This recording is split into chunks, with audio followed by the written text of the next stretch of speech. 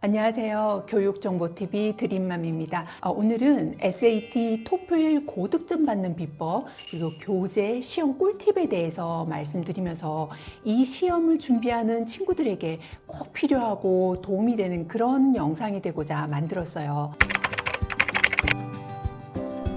사실 이 시험은요, 다른 AP나 이런 기타 시험에 비해서 SAT는 굉장히 장시간이 걸리고 또 마음고생도 심한 난이도가 높은 시험인데요.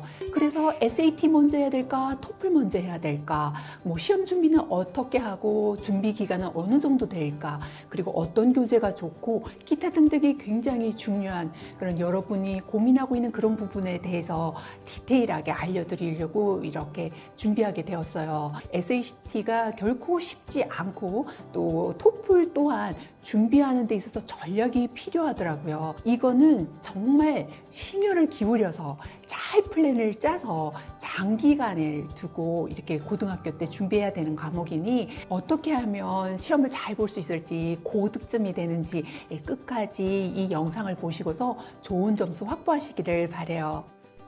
첫 번째는 토플과 SAT 어떤 시험부터 먼저 준비해야 될까요? SAT는요, 리딩 800, 매스 800 총 1600점으로 이루어져 있고, 토플은 리딩, 리스닝, 스피킹, 라이팅 각각 30점으로 해서 총 120점이 만점으로 이루어져 있는 건 여러분이 아시죠? 근데 당시에 많은 친구들은 토플을 먼저 준비를 하다가 어느 정도 점수가 나오기 시작을 하면 SAT를 준비했는데요. 저희 같은 경우는 역으로 SAT부터 먼저 준비를 했어요. 거기에서 점수가 나오고 나면 토플은 나중에 유효기간이 2년이기 때문에 11학년 때 보리라 생각을 하고 장기 플랜을 짜고서 SAT를 접하게 됐는데요. 각각의 뭘 먼저 하느냐는 그 아이들의 성향과 또 어느 정도의 그 영어 성적을 베이스를 가지고 시작을 하면 되는 것 같아요. 그런데 가장 유념해 두셔야 되는 건 토플을 이렇게 먼저 시작을 하게 되더라도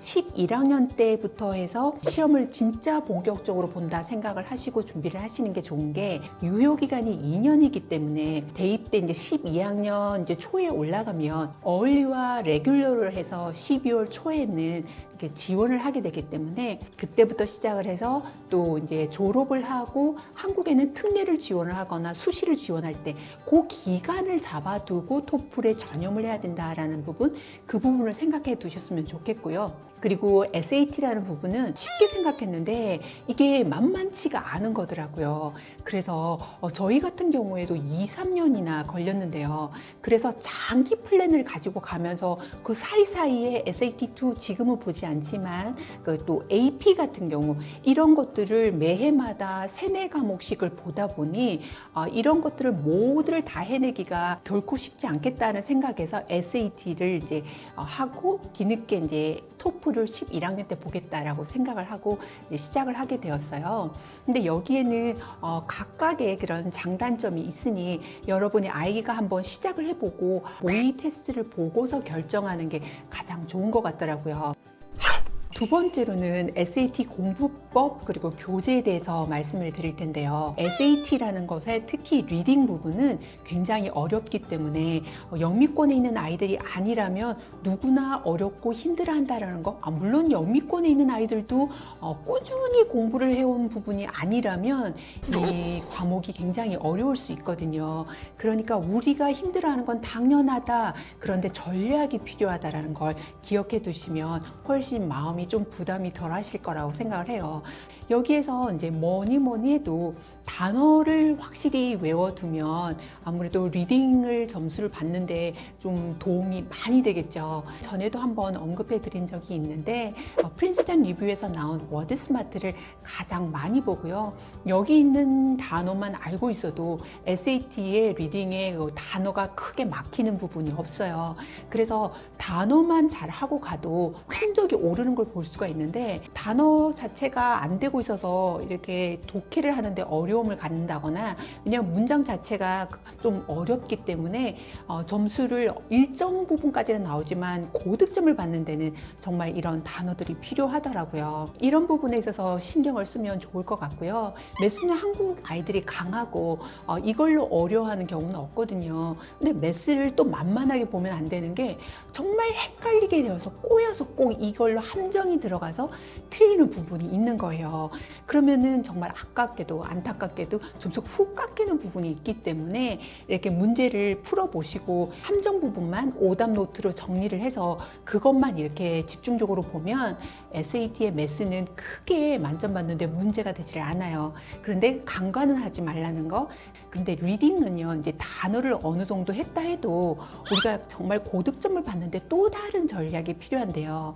그게 바로 배경 지식이에요. 배경 지식이 충분하고 책을 많이 읽은 아이라면 미국에 있는 그 역사에 대한 부분은 그게 어려워하지 않겠지만 우리나라 학생들이 그 미국 히스토리에 대해서 디테일하게 알 수 없잖아요. 그래서 그 미국 역사에 대해서 좀 정리를 해 두신다.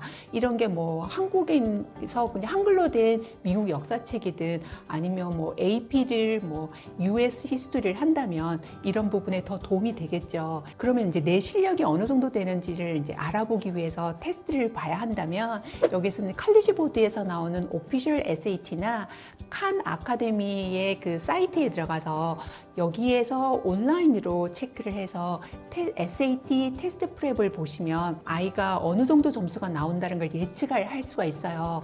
그래서 이 교재나 또 온라인에 있는 이 사이트를 활용하시는 것도 아주 도움이 돼요.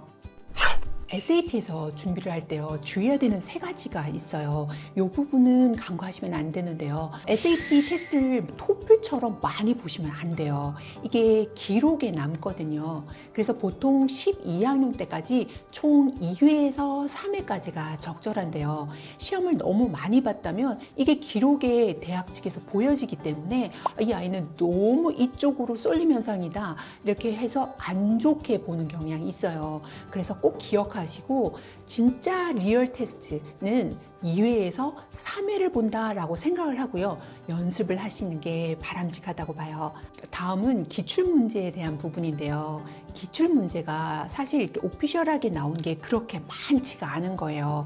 그래서 기출문제를 미리 다 풀어버리면 우리 아이의 진짜 그 SAT 리얼 점수를 예측을 할 수가 없어요. 그래서 이렇게 무한정 뭐 시험을 그냥 오피셜한 그 테스트를 막 풀어봤다, 다 풀어봤다 이러지 마시고요. 어느 정도 뭐 레벨이 됐다 이럴 때까지 훈련을 하시고 다른 교재로 공부를 하시다가 내가 이 정도 되면 한번 테스트를 봐야겠다라고 했을 때 그때 기출 문제를 하나씩 꺼내서 이렇게 풀어보셔야 이 아이의 예측 점수가 나올 수 있고 대략 그것과 비슷하게 실전에 나오기 때문에 기출 문제를 토플처럼 마구 풀어서는 안 된다는 거, 이 부분도 기억해 두시면 좋을 것 같고요.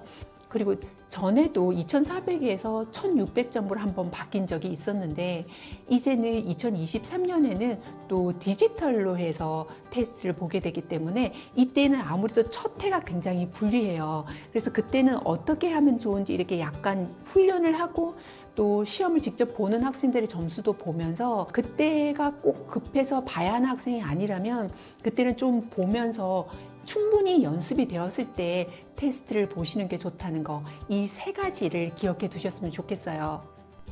다음은 이제 토플 공부법과 교재에 대해서 말씀을 드릴 건데요. 사실 이제 스킬만 익히게 되면 토플 점수는 거의 만점에 가까운 점수를 받을 수가 있어요. SAT 준비를 하고 나면 토플은 정말 좀 쉽게 상대적으로 느껴지게 되거든요.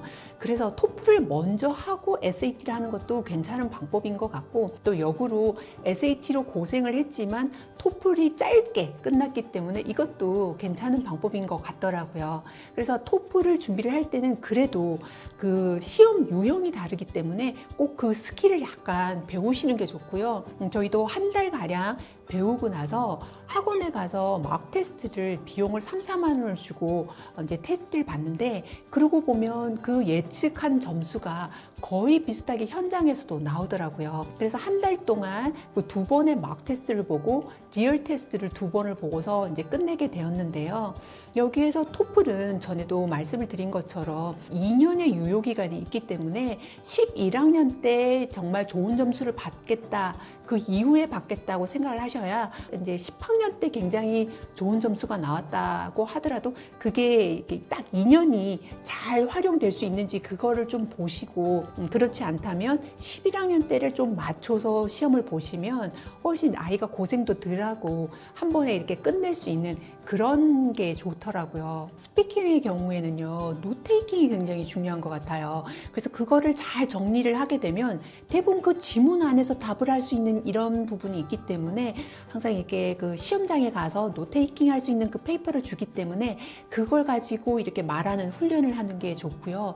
그리고 자신의 목소리를 이렇게 녹음을 해서 어떤 게 문제가 있는지를 이렇게 파악을 하고 고쳐나가는 과정, 이렇게 되면은 빠르게 고득점을 받을 수 있는 전략인 것 같더라고요. 그리고 또 하나는 이게 이런 썰이 있는데, 학생들이 많이 보는 그 시기에는 보는 걸 좀 피하라라는 그런 게 있었어요. 이게 정확히 무슨 뜻인지 몰랐는데 8월 말 이제 방학 때 8월 중순에 보고 말에 보고 이렇게 할 계획이었는데, 8월 중순에 보고 나서 8월 말에는 이미 마감이 돼서 볼 수가 없었던 거죠. 다행히도 이제 9월 초에 이제 볼 수 있는 기회가 있어서 이렇게 9월 초에 보게 되었는데, 특별히 이렇게 많은 공부를 하지 않았고 한 달 안에 다른 것도 준비를 하는 게 있었기 때문에 그렇게 잘 보았을 것 같지 않았는데, 시험 점수가 한 몇 점이 더 높게 나오더라고요. 9월에. 아마 이게 상대 평가가 있다라는 설이 맞는 건지도 모르겠다라는 이런 생각이 들더라고요. 혹시 모르니까 여러분이 아무래도 이제 방학 때 좀 시험을 많이 보게 되잖아요. 그때 보고 또 학기 중에 중간에 한번 봐보시면 이게 정말 그 학기 중에 나오는 점수가 더 높을 수도 있어요. 학생들이 많이 보는 시기에는 점수가 그렇게 생각보다 잘 나오지 않는다, 이런 말이 사실인가 하는 생각이 들 만큼 몇 점이 더 높게 나오더라고요.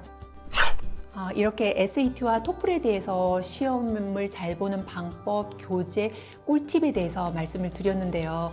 SAT는 특히나 굉장히 어렵고 좌절을 많이 느끼는 그런 분야이기 때문에 여러분들이 시작하실 때 아이에게 많은 힘을 주시고 또 이런 정보들도 같이 공유하면서 준비해 보신다면 훨씬 더 좋은 결과가 나올 거라고 생각을 해요. 그리고 아이들마다 성향이 다르기 때문에 토플을 먼저 할지 SAT를 먼저 할지, 이 부분도 모의고사를 통해서 아이가 어느 정도 하는지를 받아들이는 데 따라서 다르다는 점 말씀을 드리고요.